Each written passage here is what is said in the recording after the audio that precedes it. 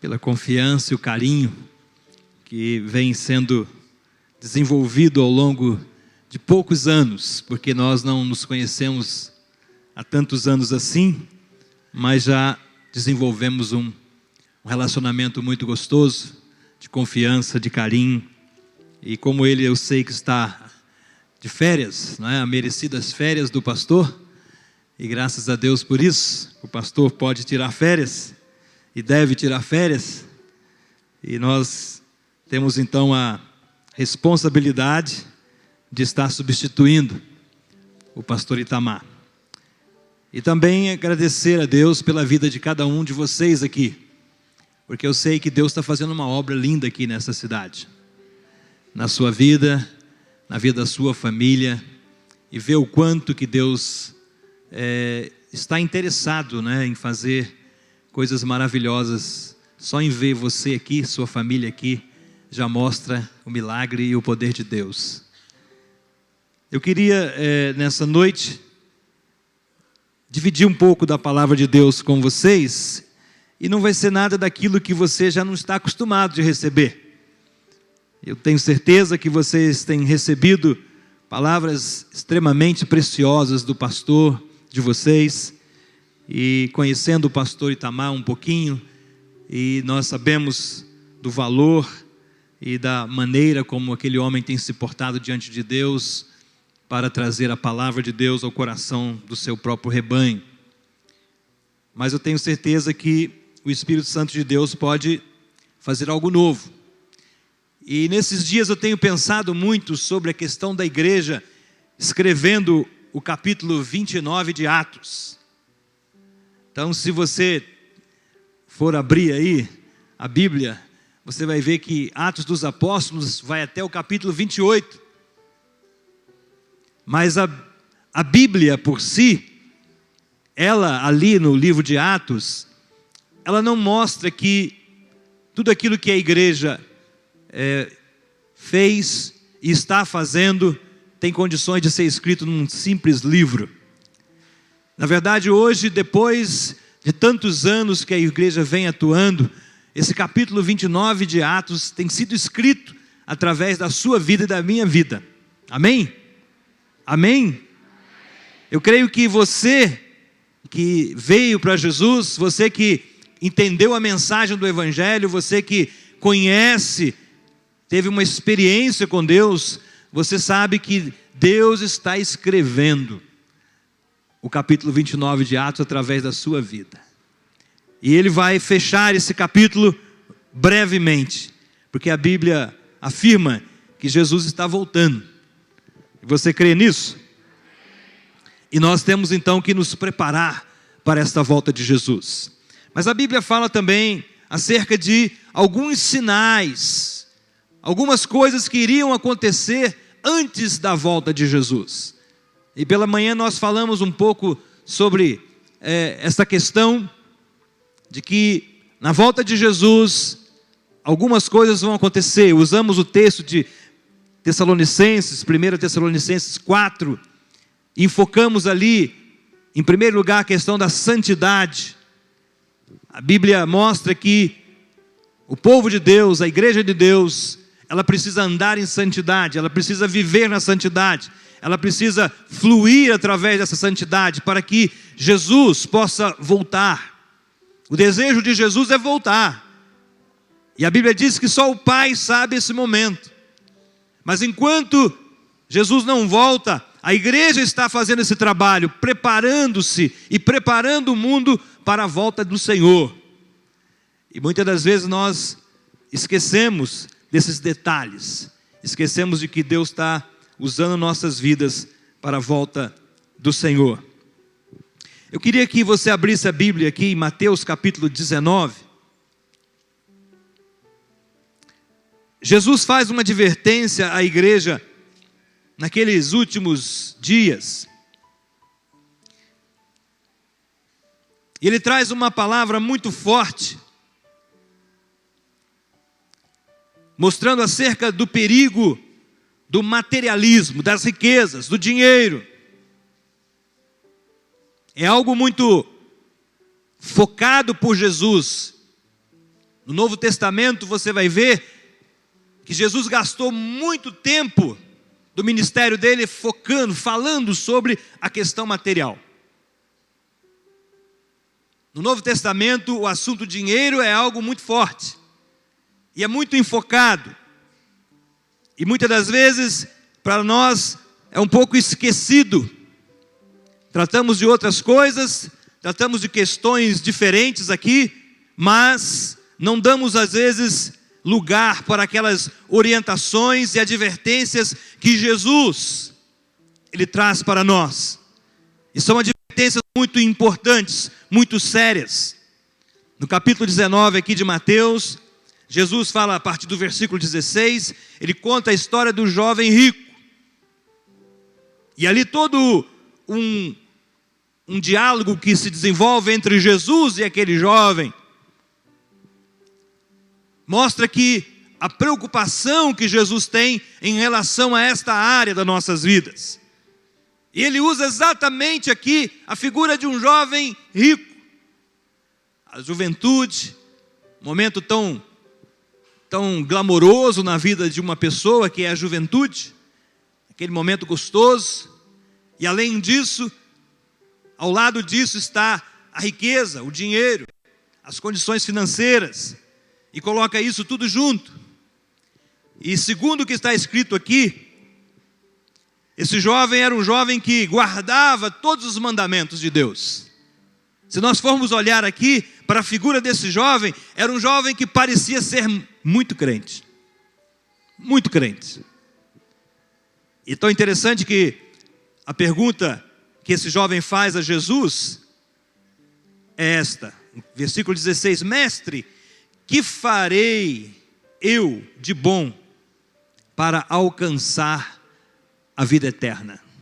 O que eu devo fazer de bom para alcançar a vida eterna?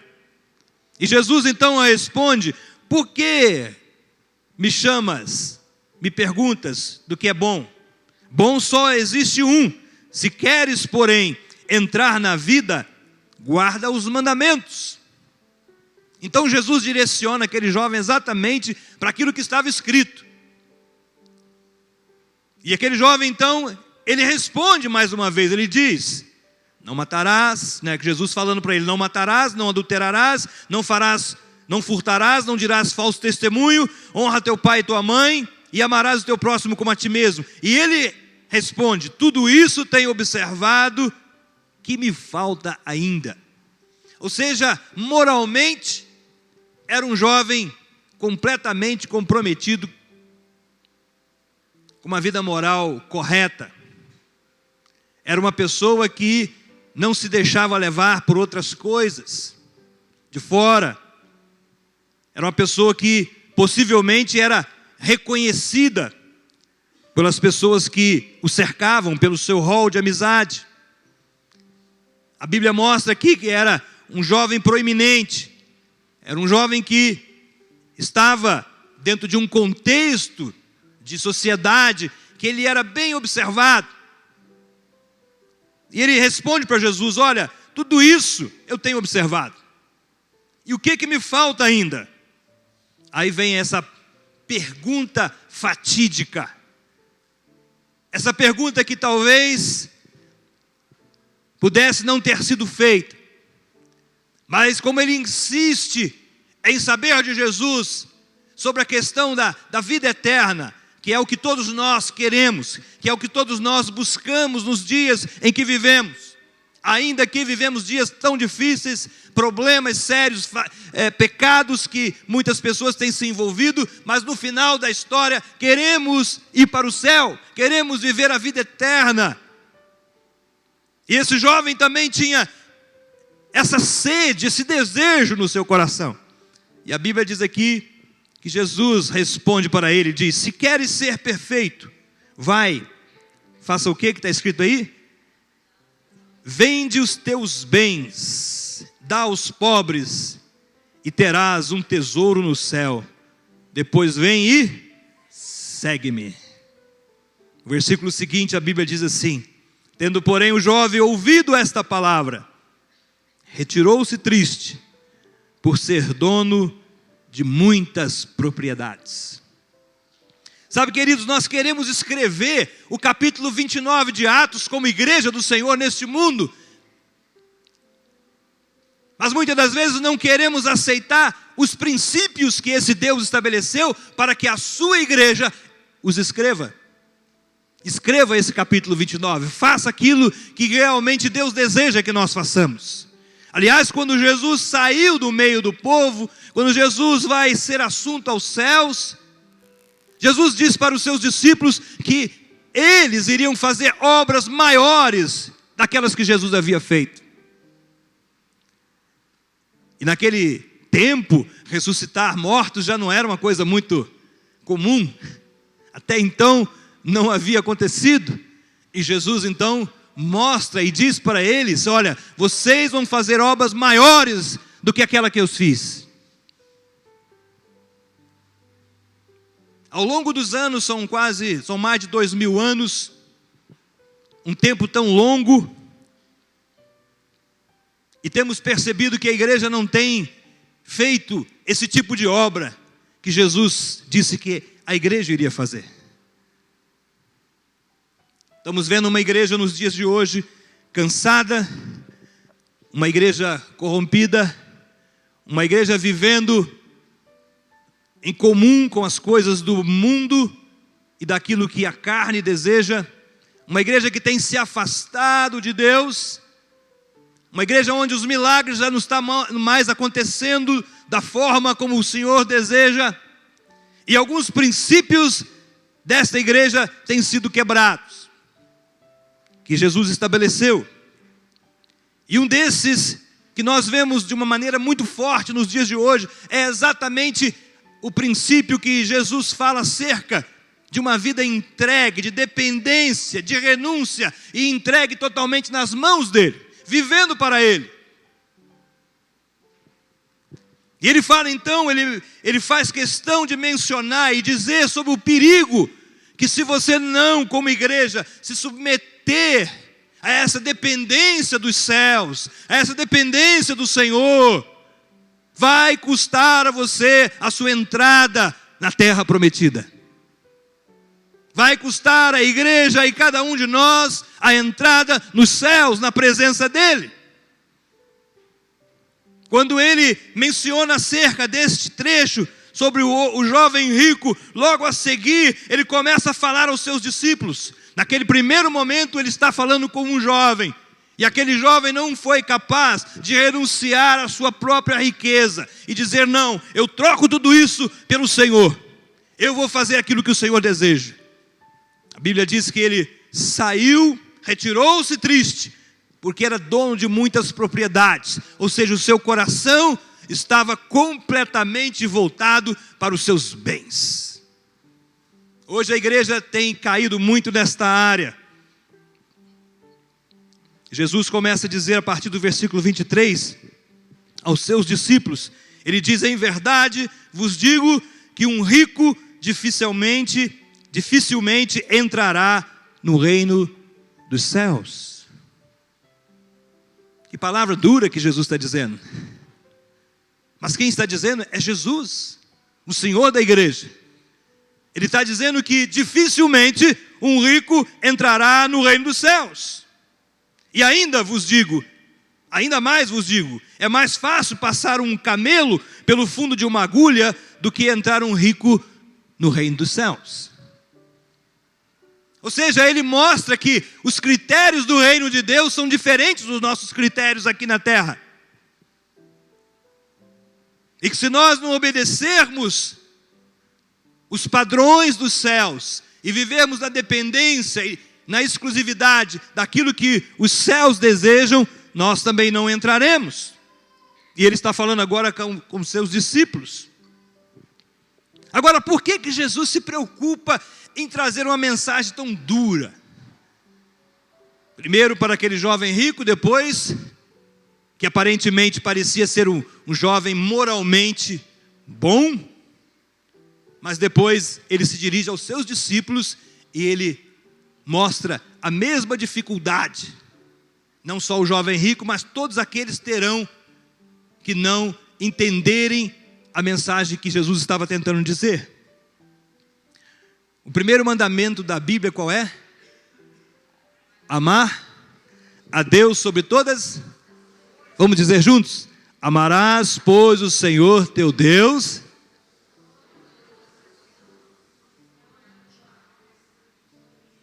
de todo o teu coração, de toda a tua alma, de toda a sua força, de todo o seu entendimento. Exatamente aquilo que Deus pediu no Velho Testamento. No Decálogo, lá no capítulo 20 do Êxodos, Deus requereu isso do seu povo, o povo de Israel. Amarás, isso é um mandamento, o Senhor teu Deus, de todo o teu coração. Ou seja, Deus precisa estar em primeiro lugar nas nossas vidas. Amém? Olha para o seu irmão e pergunta para ele: Deus está em primeiro lugar na sua vida?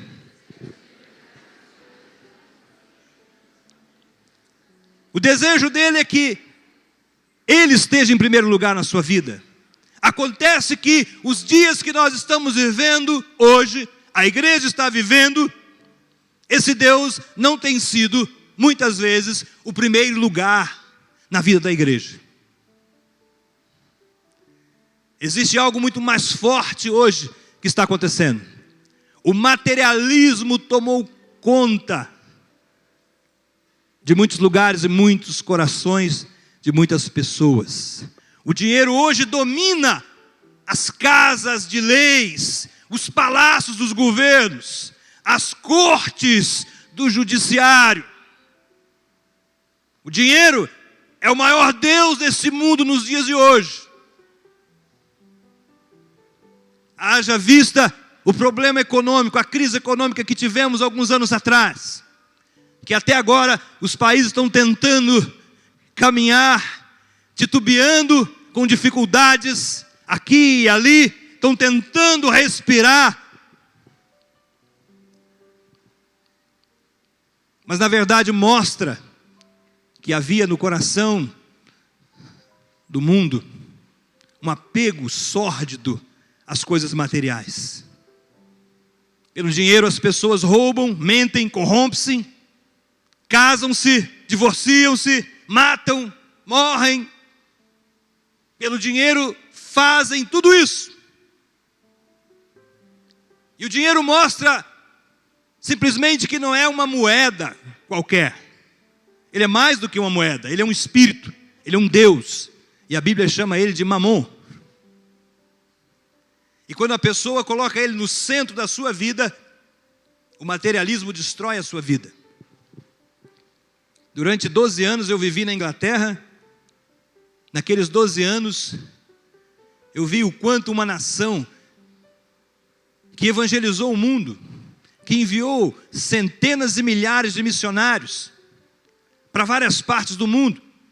Hudson Taylor foi para a China, foi um dos missionários mais competentes e impactantes que a igreja já teve, lá na China. Vemos Charles Studd, era um homem que chamava o homem que obedecia, foi para o Congo, no Zaire, na África, e lá ele pregava a palavra de Deus numa autoridade tremenda. Esse homem, quando aceitou a Jesus, ele era um jogador de cricket, aqueles jogos de bet, né? De bate, como é que é o... Tem aqueles tacos, e aí você bate, é o jogo de cricket na Inglaterra, e aquilo é muito famoso, naquela época era famosíssimo. E quando ele recebeu a Jesus, ele era dono de um palácio, um palacete, um castelo maravilhoso, muito rico. E a Bíblia fala que Deus trabalha no coração do seu povo para orientá-lo, para mostrá-lo que Deus quer fazer algo tremendo, mas não dependendo do homem. Deus jamais vai depender de você, querido, você, querida, do seu dinheiro, das suas coisas, para que Ele faça uma grande obra. Na verdade, você vai entender depois que tudo que você tem é dEle, vem dEle e é para Ele. Porque a Bíblia diz que para Ele são todas as coisas. Esse Charles Studd, quando ele se converte a Jesus na Inglaterra, ele fez algo muito interessante. ele resolveu dar toda a sua fortuna. Na época ele fez 7 cheques, assinou 7 cheques, pegou todo o seu dinheiro, toda a sua fortuna e colocou naqueles 7 cheques, e cada cheque daquele ele enviava para um ministério diferente. Um deles ele enviou para Hudson Taylor na China. Naquela época ele estava trabalhando na China. Ele enviou para a Sociedade Bíblica, e foi enviando o seu dinheiro para todos os lugares onde ele via que precisava de recurso. Ele então enviou esses cheques e ficou zerado. E olhou para Deus e falou: Senhor, estou preparado, agora me manda para onde tu queres.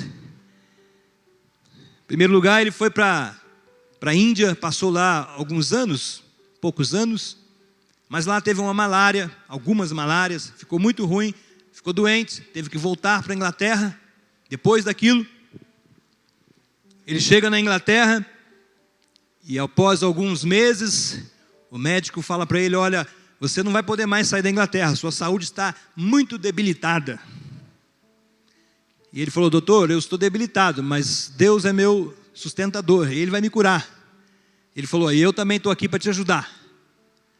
Meses depois, ele recebe um chamado de Deus para ir para a África, lá para o Congo, no Zaire. E a resposta do médico para ele foi: se você for na primeira malária, você morre. Charles Studd ouviu aquela palavra e disse: doutor, eu vou porque Deus está me chamando, e se eu morrer, morri. Charles Studd ficou lá 20 anos. Foi lá onde começou a Missão Amém, que hoje nós temos aqui em Belo Horizonte. A sede da Missão Amém do Brasil é aqui. Lá fora chama-se WEC International, uma das maiores missões no mundo hoje, com milhares de missionários espalhados pelo mundo inteiro, mas por causa da obediência de um homem, que não via na sua vida nada de precioso, contanto que ele cumprisse a carreira que ele tinha recebido do Senhor e a ordem que ele tinha do Senhor. E será que esse Deus de Charles Studd lá daquela época mudou nos dias de hoje? Será que neste momento de escrevermos o capítulo 26, 29 de Atos dos Apóstolos como igreja, será que Deus realmente precisa que cada um de nós nos enchemos de tanto dinheiro, de capacidade de ter uma vida material abastada para mostrarmos ao mundo que somos a igreja de Jesus? O problema não é o possuir o dinheiro, o problema é ser possuído pelo dinheiro. E Jesus, Ele traz essa preocupação no Novo Testamento. E aqui em Mateus ele fala claramente que é mais fácil passar um cabelo pelo fundo da agulha do que entrar um rico no reino de Deus. E ouvindo isso, os discípulos ficaram grandemente maravilhados e disseram: sendo assim, Senhor, quem poderá ser salvo? E Jesus, fitando neles o olhar, disse-lhes: isto é impossível aos homens, mas para Deus tudo é possível. Se aquele jovem rico tivesse aceitado o desafio de Jesus de abandonar tudo, vender as suas posses, dar aos pobres e segui-lo, a sua história seria diferente. Ele provavelmente estaria sendo escrito aqui a história daquele homem de uma outra maneira. Mas hoje, o dinheiro, ele tem sido um péssimo patrão na vida de muitas pessoas. Muitas pessoas têm se deixado levar pelo pecado da riqueza, do glamour. A Bíblia mostra a riqueza como bênção e não como pecado. O problema é que o coração do homem, ele começa então a descansar na riqueza. Ele coloca o seu coração ali na riqueza. E Jesus mostra claro aqui, se nós olharmos aqui em Mateus capítulo 6, ele menciona isso novamente. Ele diz assim no versículo 19. Ele diz assim: não acumuleis para vós tesouros sobre a terra, onde a traça e a ferrugem corroem, e onde ladrões escavam e roubam, mas ajuntai para vós outros tesouros no céu, onde a traça nem ferrugem corrói, onde ladrões não escavam nem roubam, porque onde está o teu tesouro, aí também estará o teu coração. A igreja tem passado momentos tão difíceis nos dias de hoje, exatamente porque tem entrado um espírito de ganância no coração de muita gente. O materialismo alcançou o coração de muitas pessoas, inclusive líderes, pastores. Queremos viver num glamour e num conforto. E isso dentro da teologia da prosperidade, que hoje é pregada na nossa nação, é sinônimo de abençoados, é sinônimo de bênção. Quando a Bíblia afirma que não é por esse caminho que nós devemos trilhar. A Bíblia afirma que nossa dependência tem que estar no Senhor. Diga para o seu irmão, você depende de Deus? Estamos vivendo hoje uma economia global. A máquina econômica, ela gira numa velocidade enorme. Temos os países correndo atrás aí da questão financeira, da economia. Durante os anos que eu vivi lá na Inglaterra, infelizmente vi uma nação que abandonou a Deus e foi viver esse humanismo, foi viver esse materialismo, essa dependência de si próprio. Na época que eu estava pastoreando uma igreja batista lá em Oxford, quantos brasileiros estavam lá, saíram do Brasil e foram para lá tentar a vida, porque queriam conseguir algo melhor. O problema é que muitos eram ilegais no país, não tinham autorização para trabalhar, então trabalhavam de qualquer maneira, e viviam perseguidos, porque todas as semanas a polícia dava batidas, e muitos eram deportados, e a dor que essas famílias sentiam e passavam, era terrível.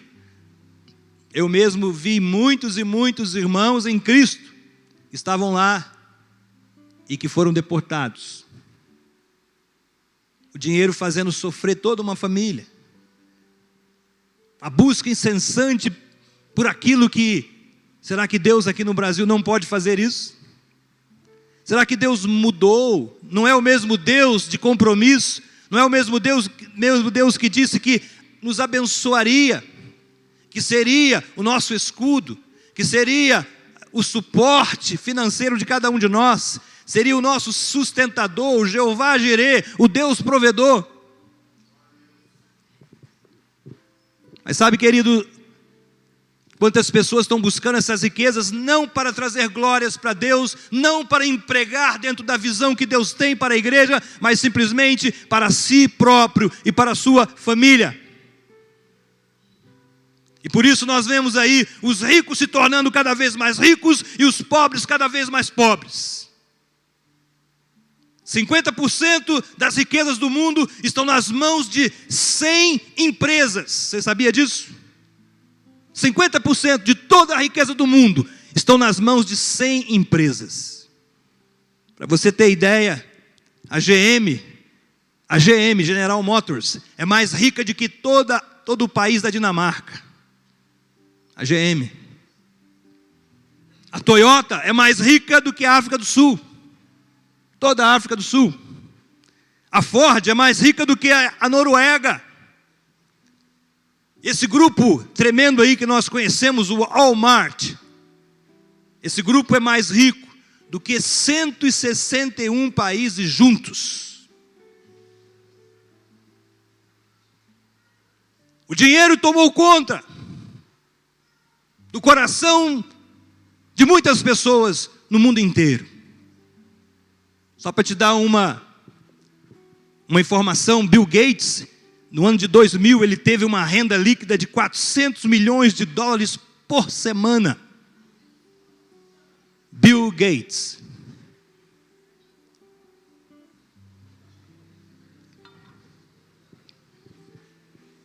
E no Brasil, nós estamos aí, a corrupção cada vez mais sendo instalada na nossa medula, da nossa nação. Cada vez mais escândalos e escândalos financeiros do nosso governo, dos nossos governantes. Uma corrida atrás do dinheiro, uma corrida e uma ganância pelo dinheiro, uma busca constante pelo dinheiro. E queremos, como igreja, fazermos um grande trabalho, sendo que muitas das vezes estamos nos envolvendo nesse mesmo espírito que Deus nos avisou, nos advertiu, para que nós não nos envolvêssemos.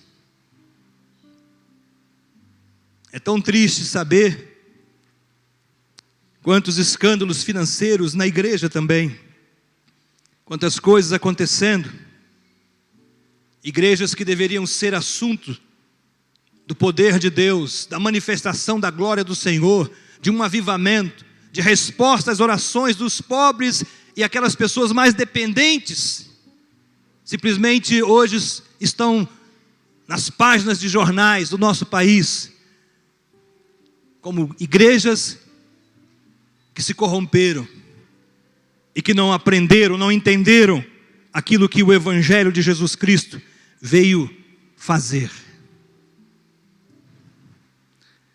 Para escrevermos esse capítulo 29 de Atos, algumas coisas nós precisamos ter, queridos. E há algo muito importante que eu queria desenvolver com você aqui rapidamente. A primeira coisa que eu gostaria de falar para você, se você realmente quer trabalhar, quer escrever esse capítulo 29 de Atos dos Apóstolos, aquilo que Deus tem colocado na sua vida, inspirado, trazido até você, e que você não precisa buscar de ninguém nem de nada, é apenas a presença dele. Você precisa fazer como a igreja primitiva fazia.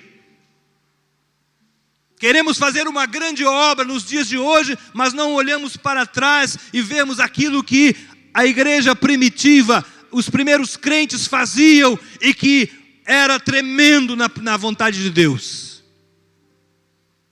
Precisamos olhar para frente no nosso para-brisa, mas de vez em quando darmos uma olhadinha nos nossos retrovisores para saber o que aconteceu atrás. Muitas das vezes nós não podemos e não devemos viver um passado que nos prende e que nos faz parar a nossa vida, mas por outro lado, devemos olhar para trás e ver aquilo que no passado nos inspira, que nos leva e nos motiva a fazermos as coisas de Deus, da forma de Deus. E a igreja primitiva foi essa igreja.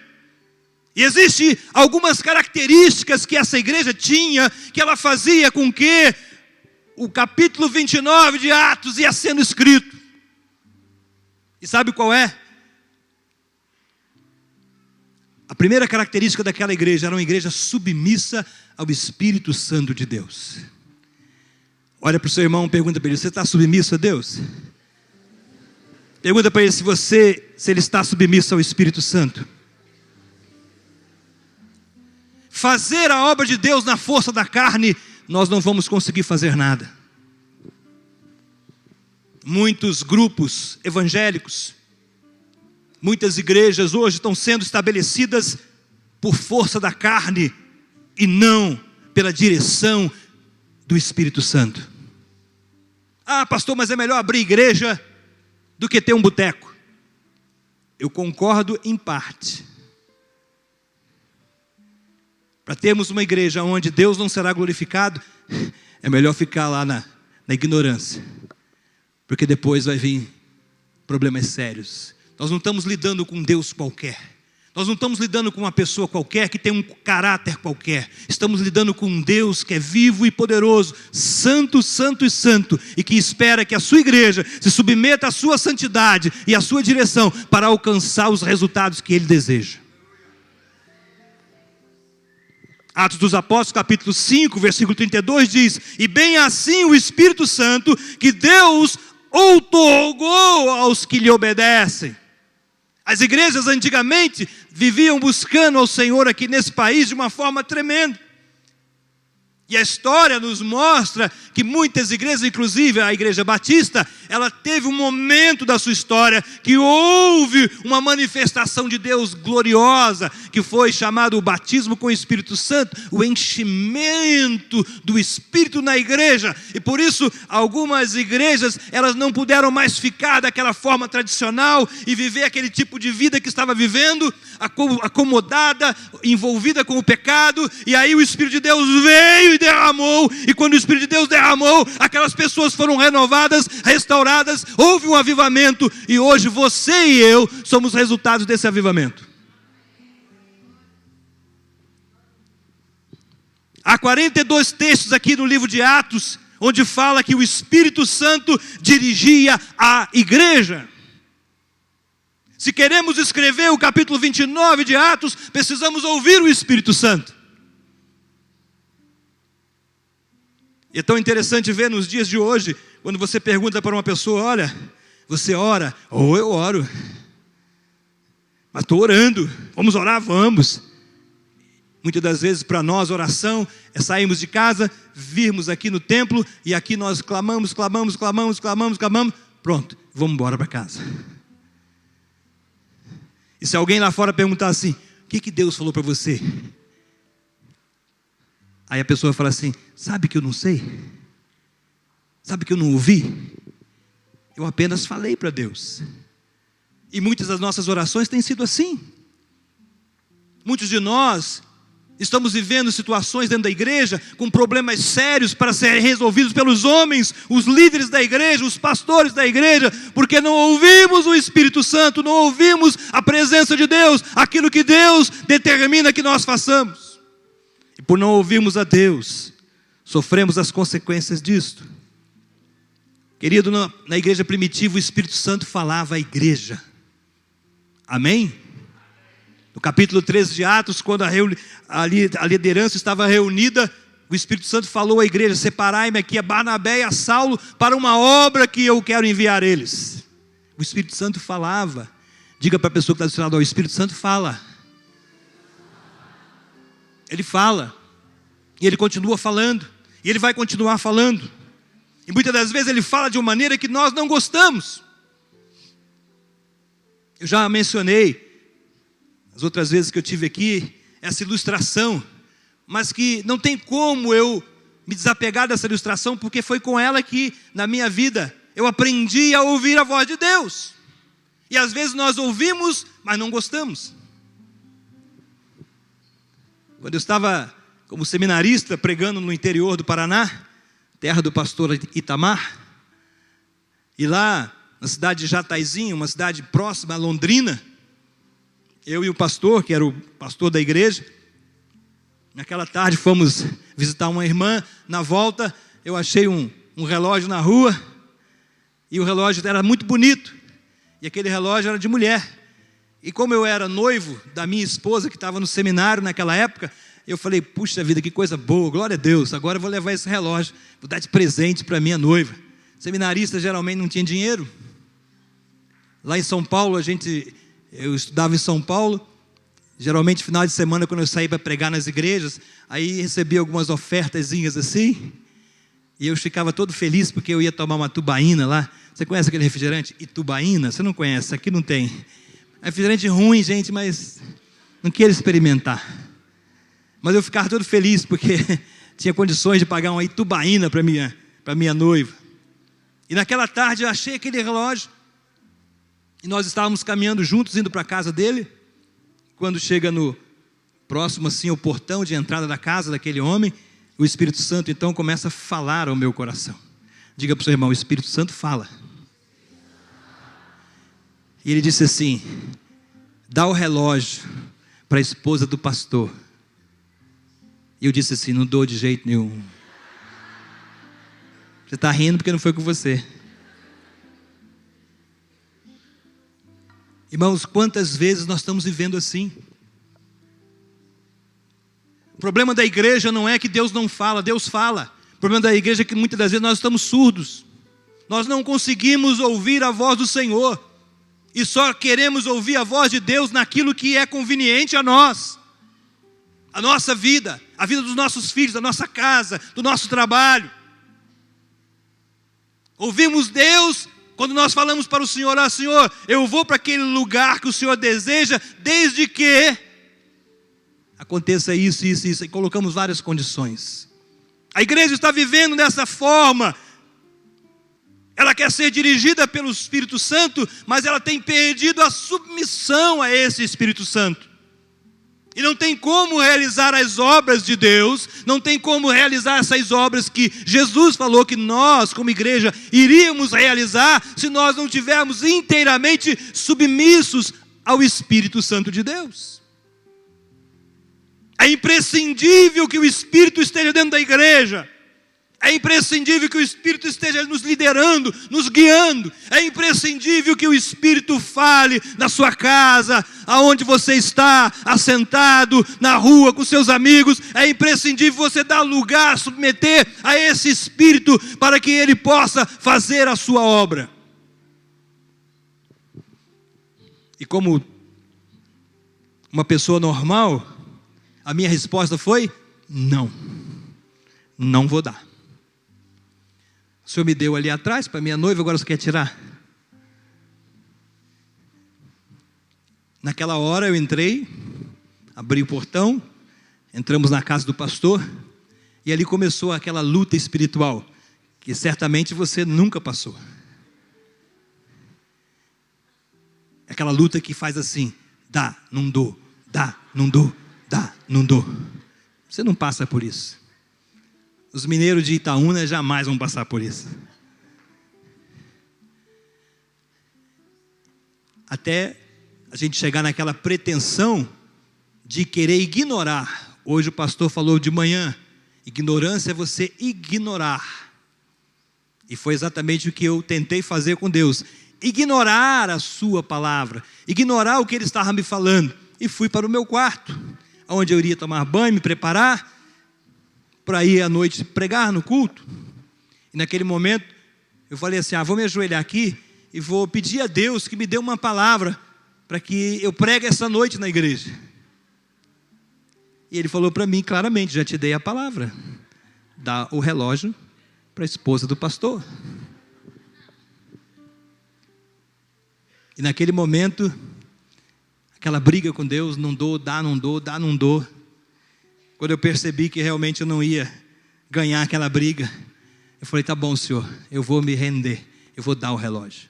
Chamei o pastor lá fora, a esposa, vieram. Eu falei: olha, pastor, eu quero entregar esse relógio aqui para sua esposa, que Deus mandou entregar para ela. E o pastor: não, irmão, não faz isso não, você ganhou, é para sua noiva, você vai levar para São Paulo. Eu falei: pelo amor de Deus, pega esse relógio aqui.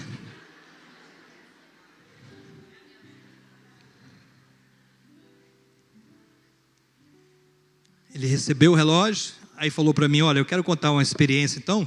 A minha esposa, nós estamos casados há 3 meses, gastei todo o meu dinheiro no casamento, e ela pediu aí para comprar, ela precisava de um relógio, porque ela faz uma escola aqui próxima, e ela precisava ver questão de horário, e veio falar comigo.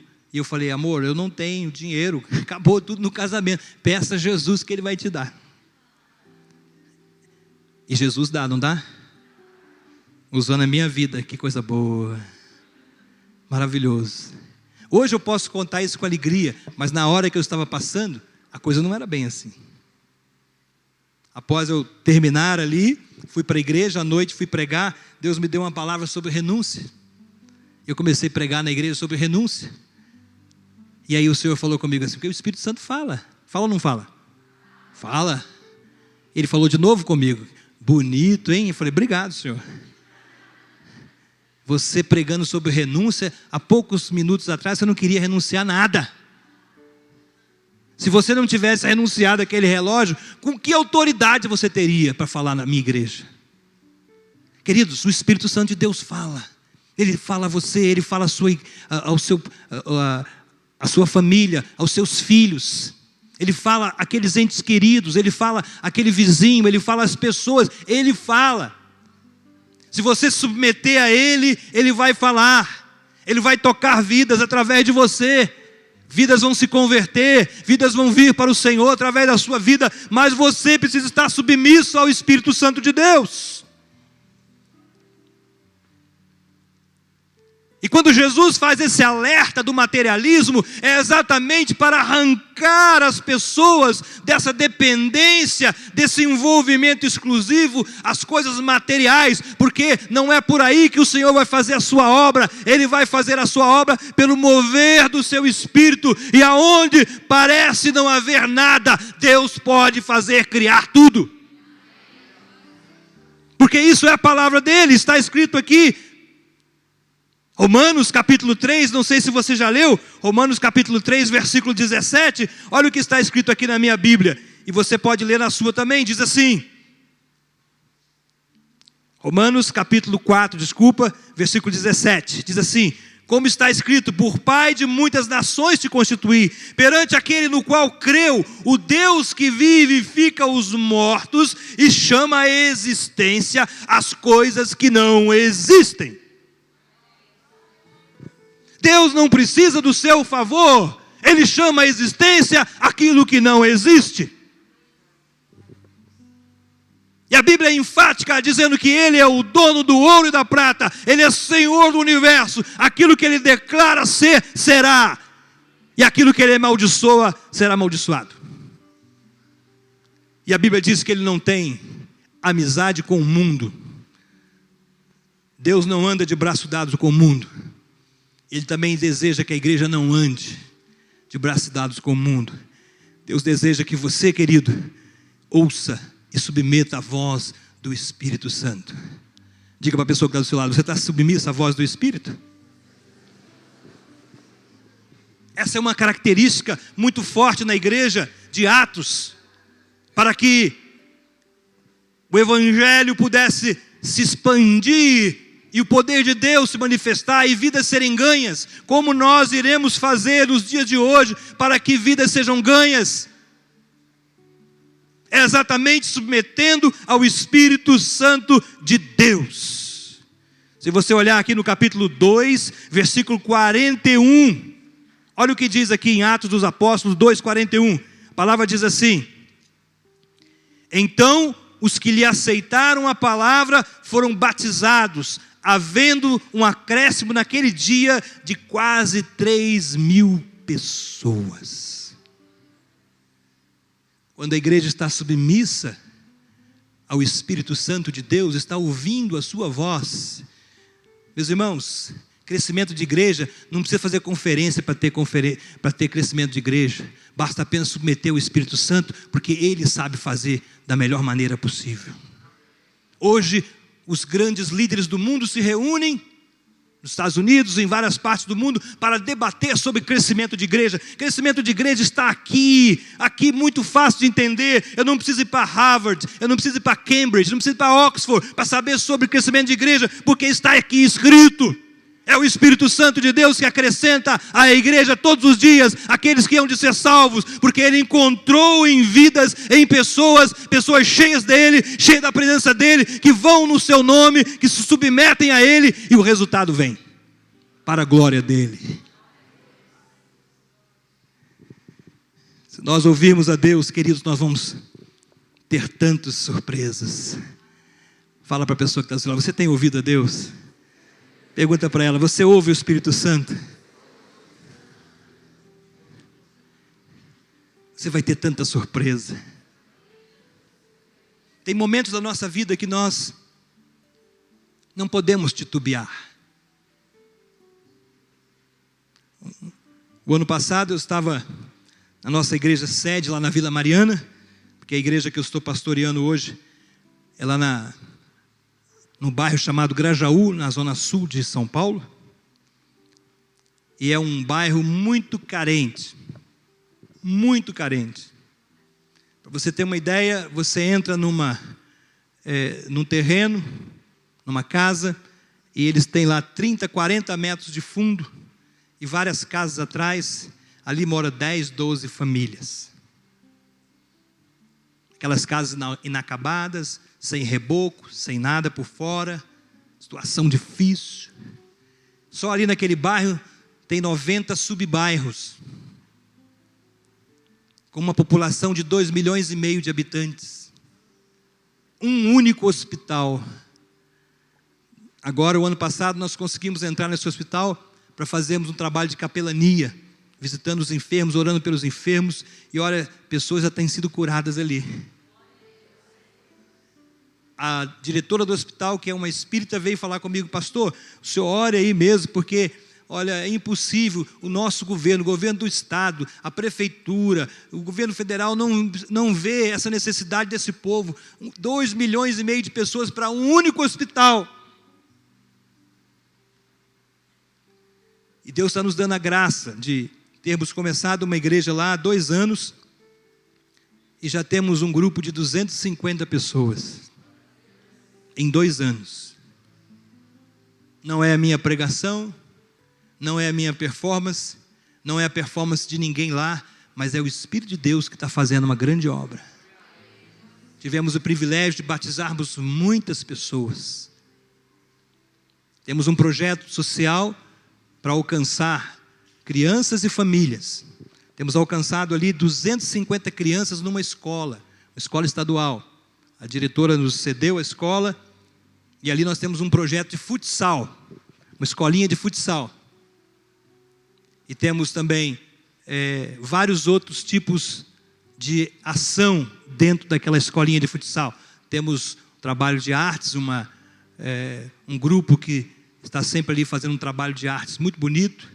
Temos ali uma oficina para os pais, para cuidar das crianças e também conhecer a palavra de Deus. Dentro desse projeto, já mandamos 4 meninos daqueles para clubes de futebol no Brasil. Um foi para o Sport Recife, lá em Recife. O outro foi para o Barueri. O outro foi para o Atlético Paranaense. E um outrozinho foi para Santos. Esse que foi para Recife, o Sport Recife, a mãe tinha 5 filhos. Ele era o 6º filho dessa família. Não tinha nada para comer em casa. Menino de 16 anos. E os nossos professores, que são ex-atletas de futebol, são professores de educação física, conseguiram e levaram ele para lá. Ele já assinou contrato com o Sport Recife, vai sustentar a família toda. 16 anos de idade. Mas sabe, queridos, nós precisamos ouvir a voz do Espírito de Deus. Não basta apenas querer fazermos as coisas do nosso jeito. Nós temos o nosso jeito e queremos que seja feito do nosso jeito. Se o Espírito Santo de Deus não te orientar, se Ele não te levar, se Ele não mostrar para você o que deve fazer, não faça, porque você vai ficar igual galinha, ciscando e não vai ter resultado nenhum. Vai cansar e você vai ficar decepcionada. Diga para a pessoa que está do seu lado: você ouve o Espírito Santo?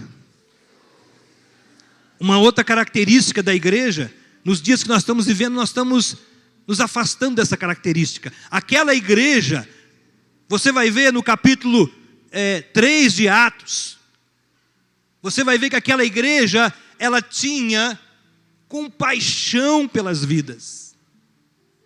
A igreja está perdendo a compaixão nos dias de hoje. Queremos evangelizar, queremos fazer as coisas, mas dentro dos nossos métodos, mas não existe compaixão nenhuma no nosso coração por aquelas vidas que estão perecendo. E quando a igreja começa a perder essa compaixão pelas almas, por aquelas pessoas que precisam ser abraçadas, cuidadas e sendo transformadas pelo poder de Deus, se a igreja não tiver isso, ela não vai conseguir alcançar ninguém. A Bíblia diz aqui no capítulo 3 de Atos, que Pedro e João subiam lá para o templo para orar, a hora da oração, e eles de repente dão de cara com o coxo de nascença. E aquele coxo de nascença que diariamente ficava ali à porta do templo, vendo eles, e começou a implorar que dessem esmola para eles. Por favor, mande, me dá uma esmola. Eu preciso de uma esmola, eu preciso que você me ajude, me ajuda, me ajuda. E ele implorava, a Bíblia diz que ele implorava. Mas a palavra diz aqui que João, quando olha para ele diz assim: olha para nós aqui, ó, olha para nós. olha para nós. Sabe, querido, a igreja tem que falar assim para o mundo: olha para nós, olha para nós. Não é nós olharmos para a igreja, não é nós olharmos para o mundo e fazermos as coisas do mundo. É que o mundo tem que olhar para nós. Quando o mundo fala: olha, estamos em escassez, estamos em dificuldade, então olha para nós, olha para a igreja, porque Deus tem solução para a escassez, porque Deus é o sustentador, Deus é o único que pode fazer com que aquele que está em necessidade alcance aquilo que ele precise. Olha para nós, para a igreja. E João disse: olha, eu não tenho prata, não tenho ouro. Olha para a igreja não precisa ser rica para fazer grandes coisas. A igreja, para glorificar o Senhor, ela precisa viver debaixo da bênção de Deus, debaixo da submissão do Espírito, e dizer: olha para nós não temos prata nem ouro, mas nós o que temos te damos, levanta em nome de Jesus. A igreja tem que ter essa autoridade de dizer: levanta em nome de Jesus. O que nós estamos vivendo hoje é porque é resultado daquilo que escolhemos fazer. Escolhemos nos afastar do Senhor, escolhemos que é melhor andarmos muito bem, que é melhor fazermos isso e aquilo outro, de acordo com a nossa vontade, e aquele desejo que temos de sair da escassez, porque na verdade nós perdemos a confiança nesse Deus, que é o sustentador de todas as coisas. Pergunta para a pessoa que está dizendo: você crê em Deus? Você crê que Ele é capaz de sustentar você?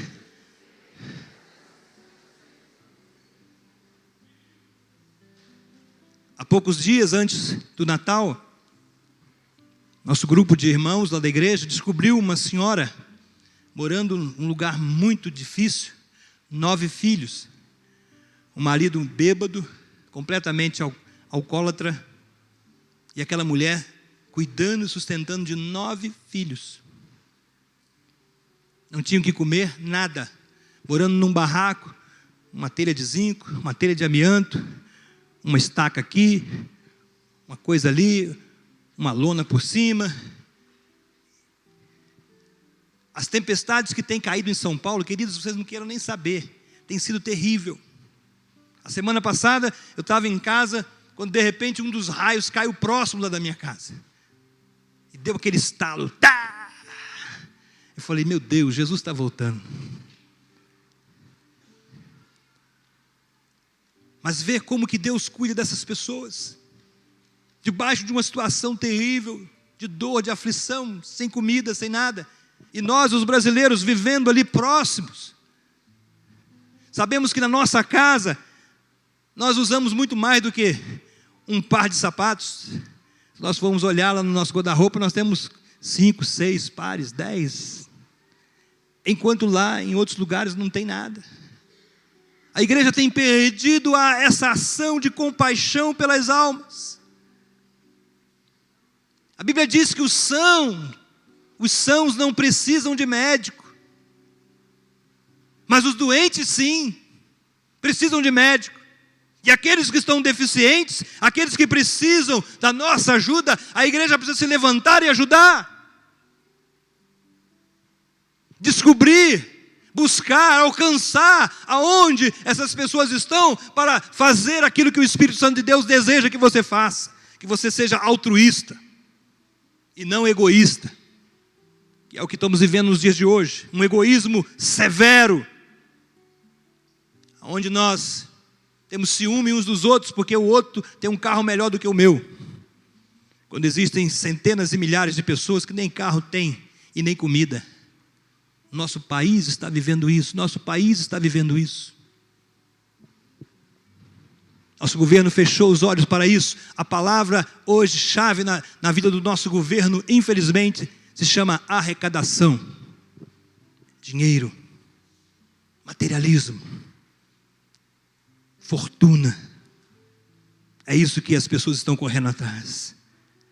A igreja precisa aprender de Deus, a ter compaixão pelas almas e a gostar de gente. Olha para a pessoa que está do seu lado, pergunta para ela: você gosta de gente? Se você gosta de gente, Deus vai fazer uma grande obra. E por último, eu vou encerrar. A igreja de Jesus, ela precisa começar a orar. mas a orar mesmo. Temos tido pouca oração. As reuniões de oração, elas não são as maiores reuniões da igreja. Infelizmente são as menores. Numa grande igreja você tira ali 5%, 2%, 1% às vezes, de pessoas que se comprometem a orar diariamente. Se você quiser fazer uma grande obra, nesse capítulo 29 de Atos, que você está escrevendo através da presença de Deus na sua vida, você precisa aprender a orar. Diga com o seu irmão, você ora, irmão?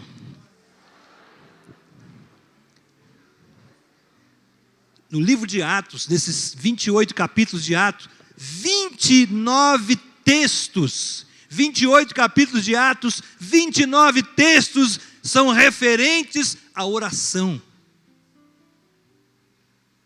Diga para o seu irmão assim, olha que melhora. Olha que a coisa melhora. Sabe por que muitos não oram? Diga para o seu irmão, você sabe por que muitos não oram? Seja um pouquinho mais audacioso, fala para ele, sabe por que você não ora?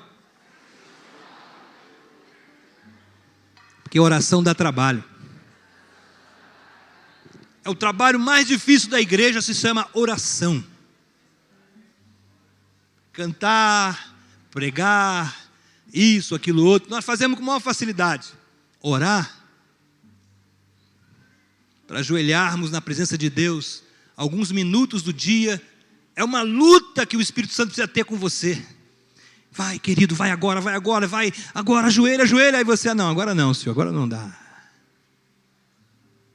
O Espírito Santo de Deus precisa fazer uma manobra muito grande em toda a sua vida para tentar colocar você pelo menos alguns minutos de joelho em casa.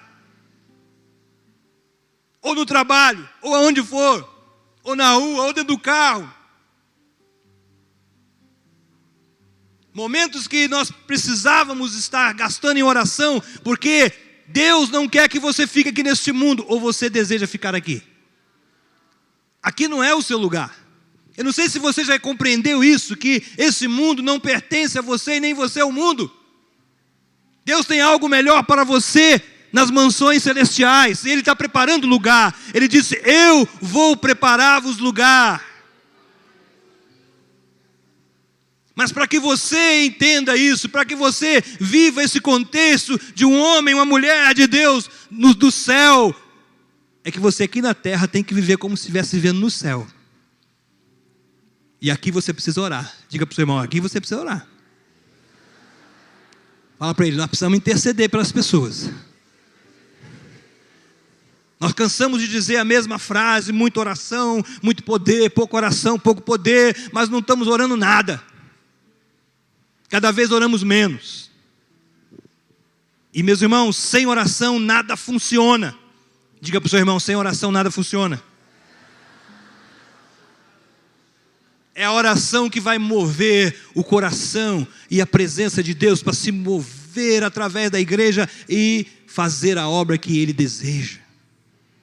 Deus deseja que você seja de oração. Deus está clamando no seu coração para que você ajoelhe, para que você gaste tempo com Ele, para que você ore. Mas muitas pessoas não estão vendo isto. Estamos perdendo a batalha pelo sexo, estamos perdendo a batalha pelo materialismo forte, o dinheiro aí que está assolando o coração de muitas pessoas. Estamos perdendo aí a batalha pela vida moral correta, estamos nos corrompendo porque nos falta essa atitude de oração. Se nós não orarmos, o mal vai tomar conta. Se nós não orarmos, Satanás vai prevalecer. Se nós não orarmos, o Espírito de Deus não terá condições de agir através da sua igreja e fazer uma grande obra. A oração, ela move o coração de Deus. A oração traz sabedoria. A oração soluciona problemas. A oração traz milagres. Os milagres acontecem quando você se move em direção ao Senhor, orando a Deus. Pergunta para a pessoa que está do seu lado: quanto tempo de oração você tira no dia? Quantas horas? Quantos minutos? Quantos segundos? Tem gente que só ora na hora do almoço, ou no jantar, né, na hora das refeições. E tem gente que ainda, adulto, ainda faz aquela oração de antigamente: Papai do céu, obrigado pela comidinha. Parece que o tempo não passou para ele. Eu lembro do meu filho que, quando nós chegamos na Inglaterra, éramos missionários. Eu olhava para a vida dos ingleses, os filhos dos ingleses, todo mundo lá, com computador, com aqueles brinquedos assim que faz jus aos europeus. E o meu filho, então, um dia morando num bairro indiano, ele viu uma menina indiana de bicicletinha. Ele viu aquela bicicleta e ficou doido. E era uma bicicleta na cor rosa, de rodinhas. Ele falou: pai, eu quero uma bicicleta igual aquela. Eu falei: filho, não tem dinheiro. Mas o pai, eu quero. Aí eu falei para ele: vamos fazer o seguinte, pede para Jesus que Ele vai te dar. Aí no primeiro momento que nós tivemos, no dia seguinte, e era a hora que a gente ia sair, estava tomando café, ia sair para a escola. E aí eu falei: então vamos orar? Aí ele falou: eu quero orar. Pai do céu, muito obrigado por esse dia. Eu quero aquela bicicletinha assim. E aí passamos para a escola, o dia lá, voltamos à janta, porque lá a gente não almoça, faz um lanche. À noite, vamos orar? Pai do céu, muito obrigado. Olha, eu quero aquela bicicletinha assim, com rodinha, eu quero na cor azul. Até especificando a cor. Podia ser rosa, não. É macho mesmo. E os dias foram se seguindo, e ali eu comecei a perceber, meu filho estava muito voltado para isso. E eu falei com a minha esposa, olha, eu acho que a gente precisa entrar, juntar-se ao Felipe nessa oração, porque, olha, ele levou a sério o negócio. Vamos orar com ele? Vamos. Aí nós começamos a orar com ele, todos os dias: Senhor, o Senhor sabe a necessidade que o Felipe tem, o coração dele, tal. Uns dias depois, um irmão, pastor batista, estava terminando o curso dele na Inglaterra, tinha estudado lá numa escola de teologia, e estava voltando para o Brasil. Me ligou, me conhecia, sabia que eu estava naquela escola de inglês, e falou: ô Carlos, olha, estou indo embora amanhã, meu último dia aqui na Inglaterra, e olha, dei várias coisas que eu tinha, e eu tenho um presente específico para o seu filho. Falei para o meu filho: amanhã eu estou indo com uma van aí, vou deixar algumas coisas na escola aí, e quero deixar esse presente para o seu filho, para o Felipe. Eu falei: tá bom. No dia seguinte, estávamos indo para a escola, e o Felipe estava conosco, e a van estava em frente à escola, com a parte de trás aberta, e ele estava descarregando algumas coisas. Já tinha levado lá uma máquina de lavar, lá para a escola, alguma coisa assim, e lá dentro da van uma bicicleta de rodinha azul. Quando o Felipe olhou assim de longe, falou: pai, minha bicicleta está lá, E ele já saiu correndo e foi lá, montou na bicicleta. Aí esse irmão veio e falou: ô Carlos, é isso mesmo, olha, isso aqui é para o Felipe. Aí ele olhou para mim: não falei, pai, que era para mim, não falei. Sabe, irmãos, Deus ouve a oração. Não importa o tamanho. Não importa se você é idoso, se você é criança, não importa a condição que você está, Deus ouve oração. A Bíblia diz que Jonas orou dentro da barriga do peixe lá, bem apertadinho: Senhor, tem misericórdia, faz alguma coisa. Pum, cuspiu de lá. Funcionou. Deus ouve a oração. Agora, por que a igreja nos dias de hoje quer fazer um trabalho sem oração? Quer estar fazendo aquilo que Deus deseja, sem estar nessa comunhão de oração com Ele? Ele pede para cada um de nós orarmos. E a Bíblia diz: orai sem cessar. A Bíblia diz que o desejo tem que estar em nós, sempre de orar e nunca esmorecer, nunca perder nessa batalha da oração, mas sempre se dedicar tempo em oração. Nesses últimos dias, se a igreja começar a orar, Deus pode reverter toda a situação que nosso país está vivendo. os problemas que as nossas famílias estão vivendo. Irmãos, eu vivo isso todos os dias lá naquele lugar, um lugar difícil de se trabalhar, onde as drogas tomou conta da vida de muitas famílias. Meninos lá, igual eu estava lá com um menino para levar para a casa de recuperação, 18 anos de idade, só aquele menino fumava 25 pedras de crack por dia. 25 pedras de crack por dia. Até que eu cheguei um dia lá no projeto e ele estava lá sentado, olhou para mim e falou: pastor, me ajuda, o senhor pode me ajudar? Eu falei: ajudar o quê? O que você quer? Pastor, eu não aguento mais, eu vou morrer, me ajuda, faz alguma coisa, ora Deus aí, me manda para algum lugar, mas eu quero largar isso, eu não consigo, me ajuda. O grito dessas pessoas cada vez é maior. O grito de uma família que está com um filho nas drogas, você nem imagina como é. Com certeza alguns que aqui tem, eu não sei, mas sabe do que eu estou falando. A dor que vai no coração dos pais quando vê seus filhos entregues a esta maldita situação. Destruindo os lares, toda a família, porque isso mexe com toda a família, toda a estrutura da família.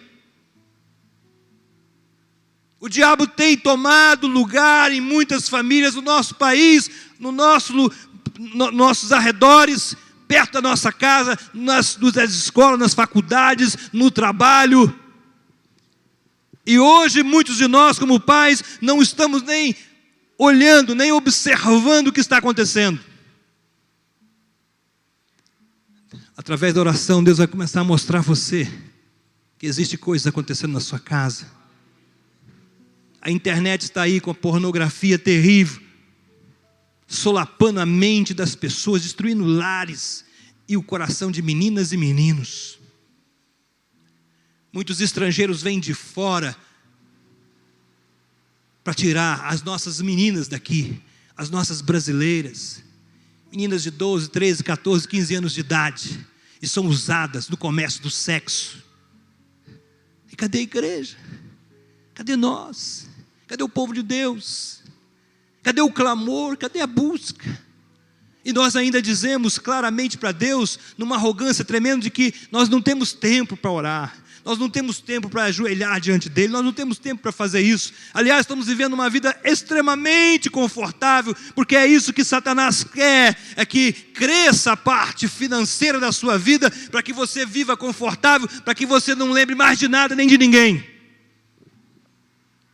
Mas quando a dor vem, quando alguns sinais e dificuldades começam a aparecer, aí a pessoa começa a se quebrantar e se voltar para Deus, e ali faz campanha de oração, 7 dias disso, 7 dias daquilo, 21 dias de oração, e aí todo mundo está buscando, porque quer se ver livre de um problema.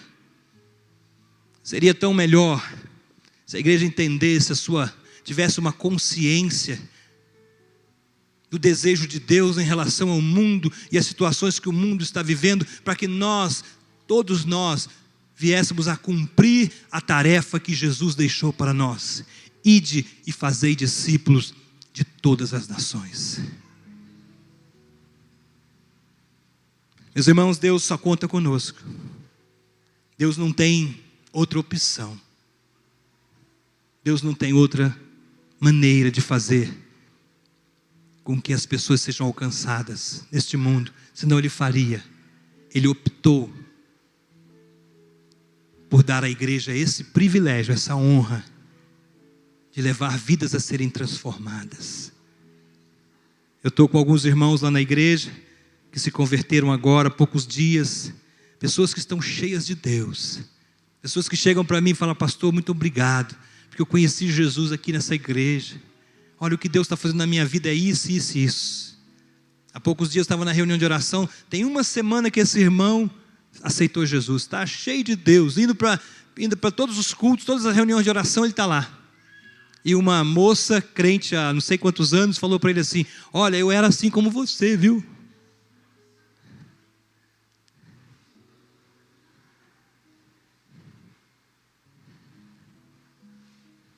Que coisa triste. As pessoas perderam ardor pelo Senhor, perderam amor pelo Senhor, perderam a reverência e o temor ao Senhor, e hoje estão aí fora. Agora Deus, a Bíblia fala assim, Deus não se deixa escarnecer. Aquilo que o homem semear, certamente ele vai colher. Vamos ficar de pé. Que nessa noite você seja impactado pelo Espírito Santo de Deus na sua vida.